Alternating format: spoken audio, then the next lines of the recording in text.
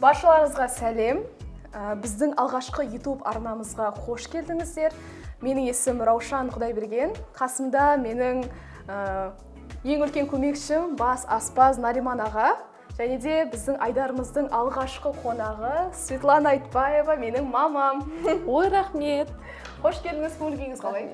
Керемет, көңіл-күйім керемет. Бүгінгі бағдарламамыздан не күтесіз? Бүгінгі бағдарламадан өте дәмді тағамдар күтемін. Өте бір сәтті түсірілім күтемін. Сондықтан баршаңызға сәттілік тілеймін. Алғашқы бағдарлама, алғашқы хабарларыңыз құтты болсын. Тек қана сәттілік. Ендеше бастайық. Бір күні Димаш не алып келді? Тасбақа. Қазы деші. Иә, қазы. Босқа тұрма дейтін едім. Босқа тұрма. Нариман аға, не пісіреміз бүгін, не дайындаймыз? Мен бүгін қарыннан ыстық тағам жасаймын. Ой, қандай керемет. Мама, мен онда сізге тәтті тағам ұсынам. Қалай қарайсыз? Қандай тәтті тағам пісіргіңіз келеді? Тәтті тағамдар енді жаңағы десерт қой. Торт күтіп тұрған шығарсыздар, бірақ мен ешқашан торт пісіріп көрген жоқпын. Пісіре алмаймын, бірден айтамын. Ойындаймын деңізші. Менің ойым бөлініп кетті. Мен Нариман пісіретін қарыннан жасалған тағамның дәмін татқым келіп тұр. Бірақ сіздерге арнап өзімнің қолымнан келетін өзі бір жақсы пісіре алатын дүнием ол чак-чак, соны сынайын. Онда мен сіздердің қастарыңызға бір көмекші болып, көк салатты пісірсем қалай қарайсыздар? Жақсы. Біздің ас үйіміздің өз талаптары бар. Ой, рахмет. Қонағымызға арнап, осындай алжапқыш дайындадық. Киіп алыңыз. Алжапқыштарыңызға рахмет. Мынау бір үлкен жұмыс жасайтындығымның белгісі. Алжапқыш таққаным менің. Сіз бүгін демалмайсыз. Иә. Бірден айтам. Ой, рахмет. Шындыққа толы, сондай әсерлі, әдемі кеш болады дегенге. Қолымда, аузымда босамайтын сияқты ғой, әңгіме айтатын болғасын. Міндетті түрде сізге неше түрлі сұрақтар дайындап алып келдік. Жақсы, барлық сұрақтарыңызға жауап беруге дайынмын, чак-чакты жасауға дайынмын. Бастайық. Бастасақ бастайық. Бастайық. Мама, бүгін тек шындықты айтамыз, келістік пе? Әрине. Мен саған дайындап келген бір-екі сұрақтарым бар. Соның біріншісі, не себепті чак-чак тағамын таңдадың? Қолымнан келетін сол. Қандай тарихы бар, мүмкін бір балалық шақпен естелік бар шығар, немен байланыстырасыз? Чак-чак деген бұл енді татар, башқұрт халықтарының, жалпы шығыс халықтарының осындай әдемі, тәтті тағамы ғой. Чак-чактың тарихы өте үлкен, қызық. Бұл татарлар мысалы чак-чакты тек қана үлкен тойларда дайындайды екен. Сосын өздерінің жаңағы қамырды күйеуге шықпаған қыздарға илетеді екен. Ал кесетін адам жас келіндер болады екен. Ал жаңағы балмен қатырып чак-чакты осындай үлкен тау қылып үйіп жасайды екен.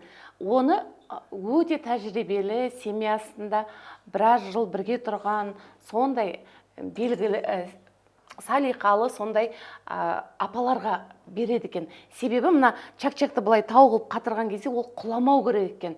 Мысалы, үйленіп жатқан тойда міндетті түрде чак-чак пісіріледі екен. Егер жаңағы мынау бетіп үйіп тау қылып жасаған чак-чак құлап кететін болса, онда отбасы да құлап кетеді деген ырым бар екен. Сондықтан андай тәжірибелі бір тағамның неше түрін пісіре алатын апаларға тапсырады екен мұндай дүниені.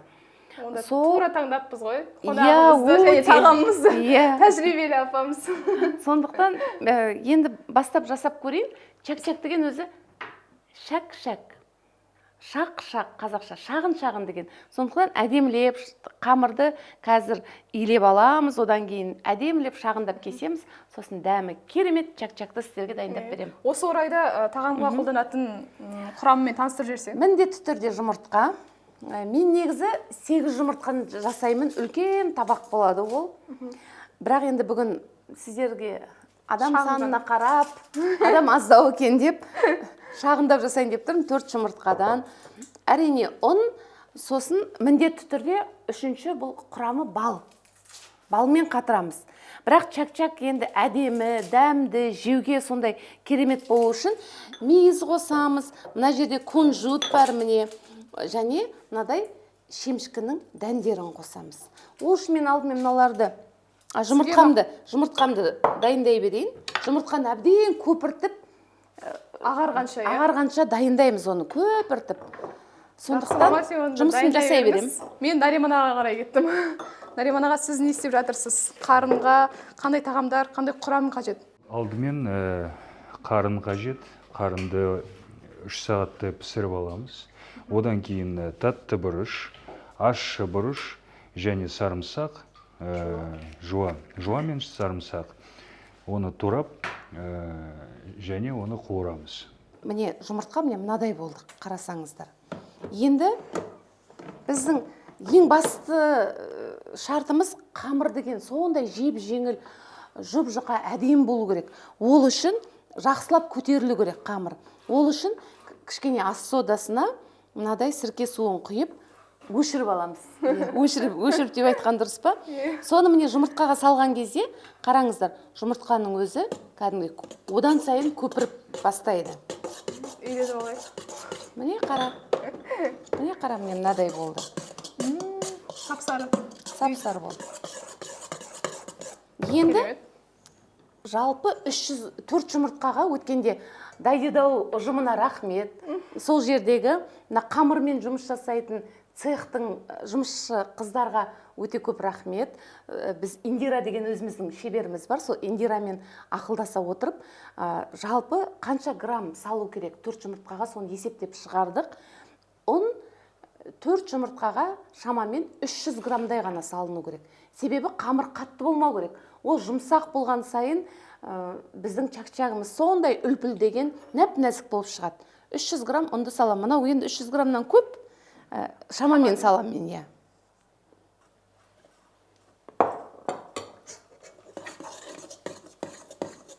Қараңыздар. Міне жұмсақ болу керек, қамыр осылай. Қолға жабыспайтындай, осындай әдемі жұмсақ болу керек. Сонда ғана чак-чак нәзік, жеп-жеңіл болып шығады. Енді кішкене басқа дүниелерімізді дайындап алғанша, бұны орап, тұндырып қоямыз. Бүгінгі көрсетілімге арнайы өзінің ыдыстарын табыстаған Алмале қазақстандық брендіне үлкен-үлкен рахметімізді айтамыз. Өте сапалы материалдардан, соның ішінде мыстан, алюминий және де тот баспайтын болаттан жасалған сапалы ыдыстарды бүгінгі түсірілімде қолданатын боламыз. Мамасан, осы орайда кішігірім тексеріс жасайық. Біздің үйдегілердің пападан бастап сүйікті тағамдарын айтшы. Ет. Ет қосылған тағам деңізші. Иә, әрі қарай. Көкенің қандай сүйікті тағамдары бар? Яғни бұл біздің жаңағы жалпы өзіміз қазаққа тән дүние ғой бұл. Біз енді етті тағамдарды жақсы көреміз. Етті әдемілеп асамыз. Қонақ келсе ас береміз. Қазғарта, шұжық, соның барлығын күнделікті өмірде пайдаланамыз. Менің сүйікті тағам қандай? Сенің сүйікті тағамың? Ол да ет ау. Қазы деші. Иә, қазы. Раушан шын мәнінде қазыны өте жақсы көретін. Кішкентайынан қазының қалай айналдырылғанына, жаңағы ет асқанда қазы салынды ма? Тексеріп қой. Иә, қазы қазір анандай қолдан жасалған шектер болады ғой. Сол таза малдың шегіне салынды ма, жылқының өзінің шегіне, соның барлығын қадағалайтын Раушан, жақсы көретін. Сондықтан ет және ет, келесте еттен бірдеңе пісіріп берейін. Тағы да шақырасыңдар ма мені? Шақырамыз, қызық болса. Сенің сүйікті тағамың қандай? Менің сүйікті тағамым? Мен жауап берейінші. Біздің мама ет тамақтарын жақсы көрмейді. Соны білем. Біздің мама көбірек үйдің тағамдарын түрлі. Манты. Қолдан піскен, кәдімгі үйде дайындалған тағамдарды жақсы көрем. Палау да дәмді. Өте жақсы көрем. Корея асханасындағы көксиді өте жақсы көрем. Бірақ енді көксиді өзім пісіре алмаймын, дайындай алмаймын. Соны үйрене алмай жүрмін, білмеймін неге. Оны бір Нариман, сен маған көмектесетін сияқтысың. Үйренем бір күні. Басқаларда шаруам жоқ, мен өзім шаруамды жасай берейін. Көмектесіп жүрейін ба? Мына шемішкінің дәндерін, күнжутты кішкене қорыңқырап алған әдемі. Қорып алсақ, дәмді болады. Сондықтан міне таза табаға, майсыз, май салуға болмайды. Тек қана таза табаға кішкене қыздырып, күйрек болу үшін қуырылып, әдемі қытырлап тұрған нәрсені күйрек деп айтады қазақтар. Тары күйрек болады дейді, дәндер күйрек болады дейді. Сондықтан күйрек болу үшін сәл қуырып алайық. Біріншіден зейтін майын құямын. Одан кейін қыздырып, піскен қарынды турадым және оны қуырып аламыз. Көкөніс қосылып бұқтырылған қарын тағамына қажетті ингредиенттер тізімі: 200 грамм сиыр қарыны, 100 грамм пияз, 50 грамм сәбіз, 50 грамм болгар бұрышы, 20 мл өсімдік майы. Сонымен қатар талғамыңызға қарай дәмдеуіштер мен тұз да қосылады. Қарын әппақ болып тазарып жуылған екен. Керемет міне. Осы орайда бір кішігірім лайфхактарыңыз болса, немесе кеңестеріңіз? Оны мен айтам ғой енді, қарын тазалауды. Қазір міне менің күн жітімге дайын. Атсыңыз. Мал сойған кезде ішек қарынды мен өзім аршып алам. Оны Раушан да біледі, бұл да үйренді. Сондықтан енді көбісі қазір ішек қарынды пайдаланбаймыз дейді ғой. Негізі өте дәмді тағам ғой, өте дәмді. Нағыз деликатес деп айтамыз. Мен мынадай қылып әппақ қылып тазалау үшін мен негізі Нариман кәдімгі қайнаған су құйып қоям. Қарын бірақ пісіп қалмауы керек, қарап тұру керек. Сол кезде бүкіл қарынның түгі жидіп түсіп қалады. Соны тездетіп, тазалап, бүкіл түгін алып тастаған кезде, мынадай әппақ қарын шығады. Қараңдар, қандай керемет. Шетін ұстап тұрып, мені шақырады. Раушан бала кезден қарынның шетін ұстап тұрып үйренген. Ар жағда мама тазалап тұрады, ар жағда мен тартып тұрам қанды. О, міне. Сондай бала шақтан керемет есептер. Уай, қандай керемет. Келесі сарымсақ, тәтті бұрыш. Араластыра беріңіз. Араластырып бірге қуырамыз. Мама, осы сіздер папа екеуіңіз енді түрлі гастрольдерге шығып жүрсіз. Иә. Енді бірнеше күн шетелде жүрген кезде тамақты кім пісіреді осы? Енді үйде сіз пісіретініңіз белгілі ғой. Жоқ, қайда, гастрольде ме? Иә, гастрольде. Үйде қалған сендерге гастрольде біз тамақ пісірмейміз. Біз дайын жерден ішеміз. Тек ресторандан. Иә, ал бірақ үйде қалған 3 бала ол әжесі пісіреді. Әжесінің пісірген тамақтарын жеді, бірақ кейде арасында папасы қалып қойған кезде мен ойлаймын ғой, папасы да тамақ пісіріп беретін шығар деп сөйтсек, папасы бұларды ресторанға алып кетеді екен. Папа да пісіреді негізі. Пісіреді. Раушан бала кезінде мамасы гастрольге кетіп қалса, көп қиналмайды, қайта қуанатын еді, папамен бірге ресторанға барып ішеміз тамақты деп. Бірақ негізі сол үйде әжесі болғасын, основной негізгі ас дайындауды әжесі қолына алған. Сондықтан бұлар ешқашан қарындар аш болған жоқ. Бала кезімізде. А гастрольде бізде аш болған жоқпыз. Ой, күшті екен онда. Мен салатым жөнімен қалды ғой, жалғастыра берейік. Шерек қызанақтарымызды дайындап қойып жатырмын. Көк салат құрамына 90 грамм микс салат, 20 грамм шпинат, 20 грамм эдамаме бұршақтары, 80 грамм авокадо, 15 грамм қышқыл тәтті соус, 40 грамм черри қызанағы, 15 грамм жидектер қажет болады.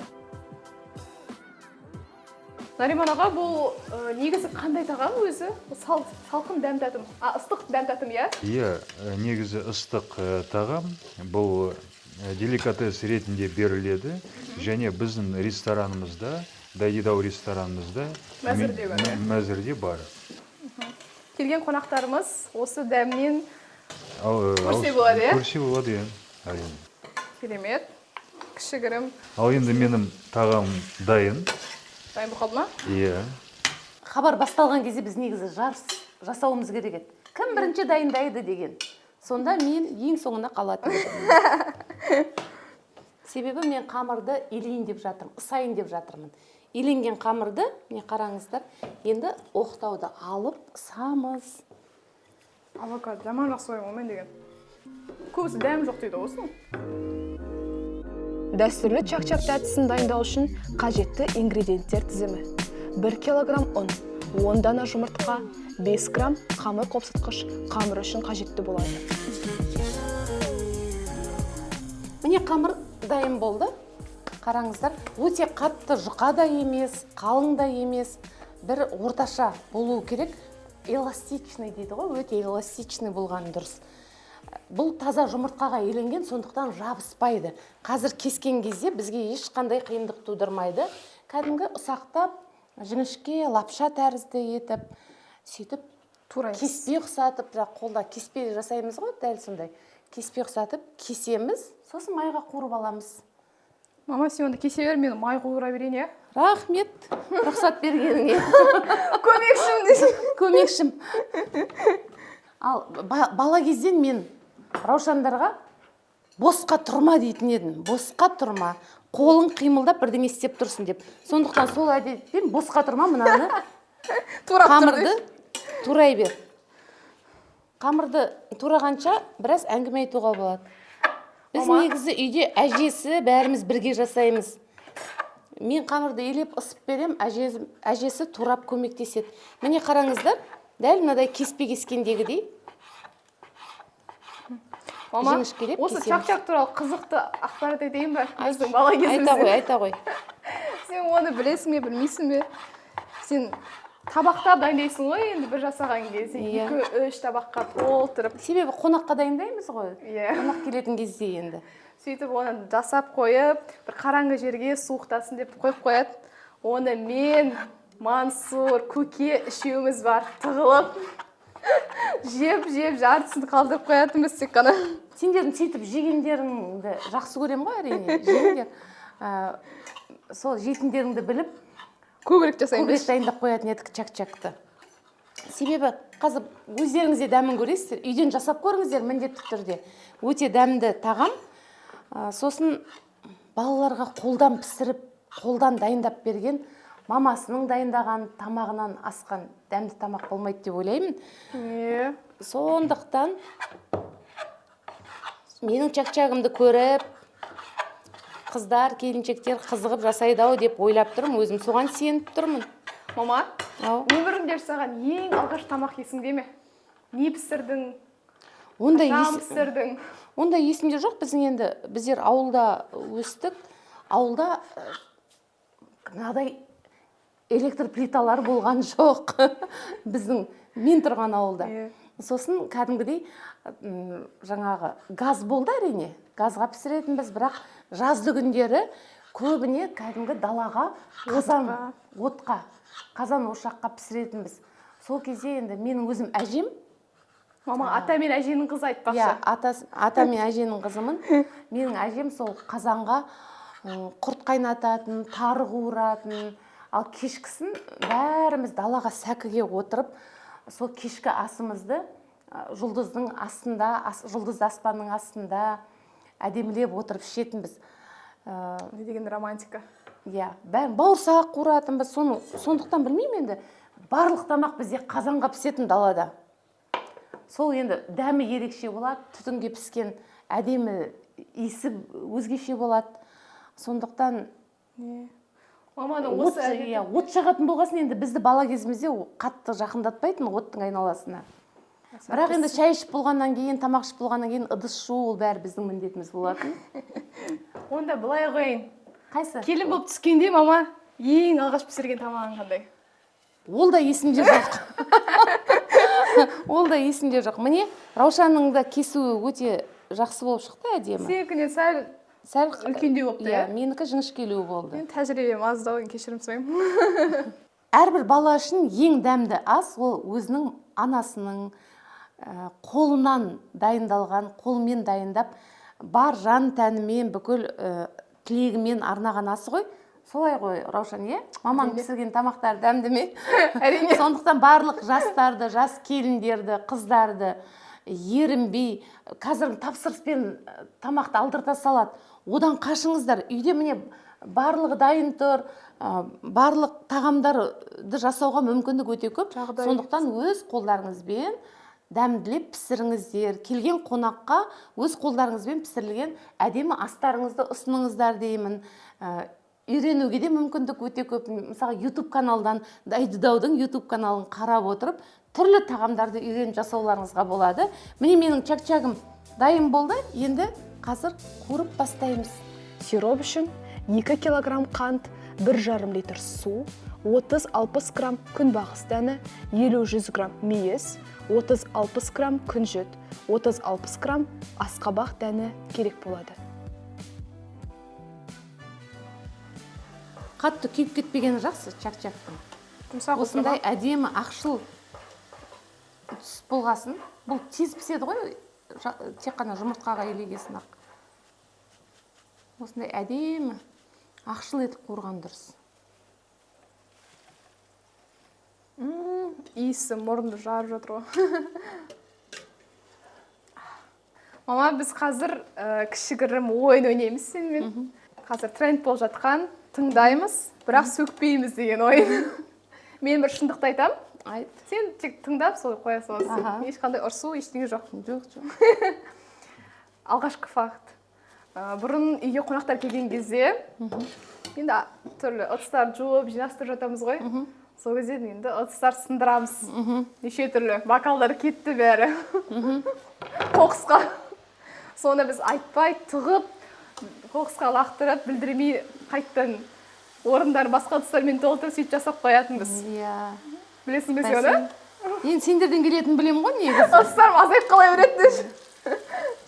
Енді сен айтасың бірдеңе. Бір күні Димаш не алып келді? Мектептен тасбақа. Есімде. Сосын ол тасбақаға екеуі таласты. Раушан ол тасбақаны бірден пеленкаға орап ұйықтататын болды, бупе болды ол тасбақа. Көпшікке аяғына салып, өлең айтып тасбақаны ұйықтатады. Сосын енді маған ол вообще ұнаған жоқ. Сосын мен бұларға айттым. Тасбақаны прогулкаға алып шығыңыздаршы, далаға, таза ауаға қыдырсын деп. Ол аулада жүре береді, ол ешқайда кетпейді деп. Біздің ауланың барлығы андай темір, решетка ашық. Сосын сендер тамақтарыңды ішіп беріңдер, сендер келгенше тасбақа аулада жүре тұрады, ойнай тұрады дедім. Ол решеткадан шықты да қашып кетті. Білмейді. Сөйтіп жылар. Мен оны білдім, мен специально істедім, чтобы тасбақа үйде болмасын деп. Тағы бір ақпарат. Біздің мамам мұшықтарды аса жақсы көрмейді. Шынымды айтсақ. Бізде тек үйде ата, папа, мен болды, сөндіре бер. Жақсы көреміз мұшықтарды. Сөйтіп бір күні қыста далаға шықсам, есіктің алдында бір марғау жатыр.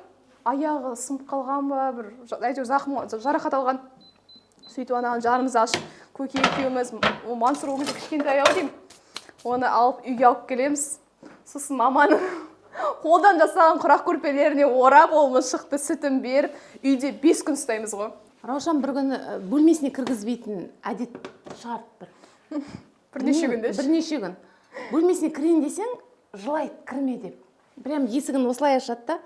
Сосын мен енді өзім бір нәрсе болғанын түсіндім. Сосын ұрсып, итеріп, есікті ашып кірдім. Бірақ кірдім, бөлмесін бәрін былай қарайым, подозрительный жаңағы қорқынышты ештеңе жоқ. Бірақ Раушанның түрі сондай бір уайымдап тұрды бірдеңені. Соған сөйтіп, енді бөлмесінен шығып бара жатсам, мияулайды. Біз келетін кезде мысықты көрпеге орап қояды екен да, ана төсек жинаған ұқсатып жинап қояды екен. Ана мысық көрпенің ішінде тұншығып мияулайды екен. Сөйтсек, бізге айтпай бөлмесінде 5 күн баққан мысықты. Чак-чак пісірудегі ең маңызды сәт ол чак-чакты қатыру, балмен қатыру. Ол үшін міне мен бір қандай 200 граммдай бал,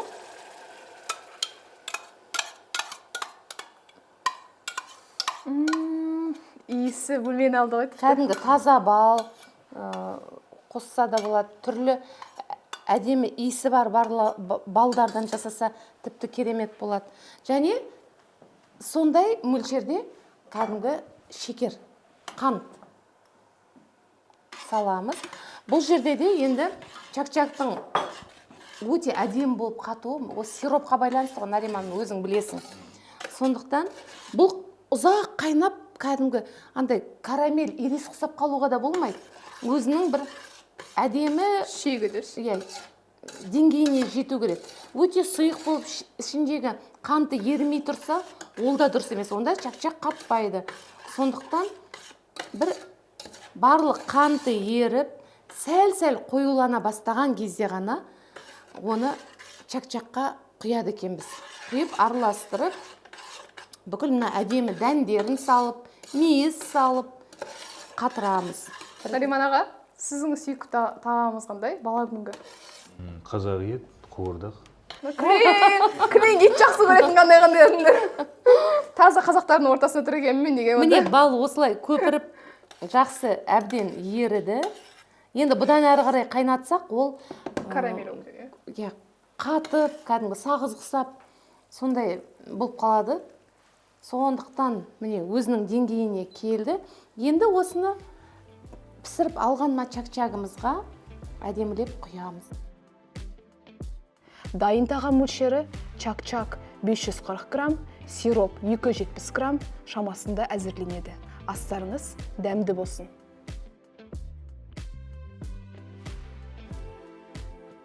Осылайша біздің бүгінгі еңбегіміз ақталды деп ойлаймын. Керемет чак-чак, десерті, бұқтырылған қарын және де көк салат менің пісірген тағамым дайын болып қалды.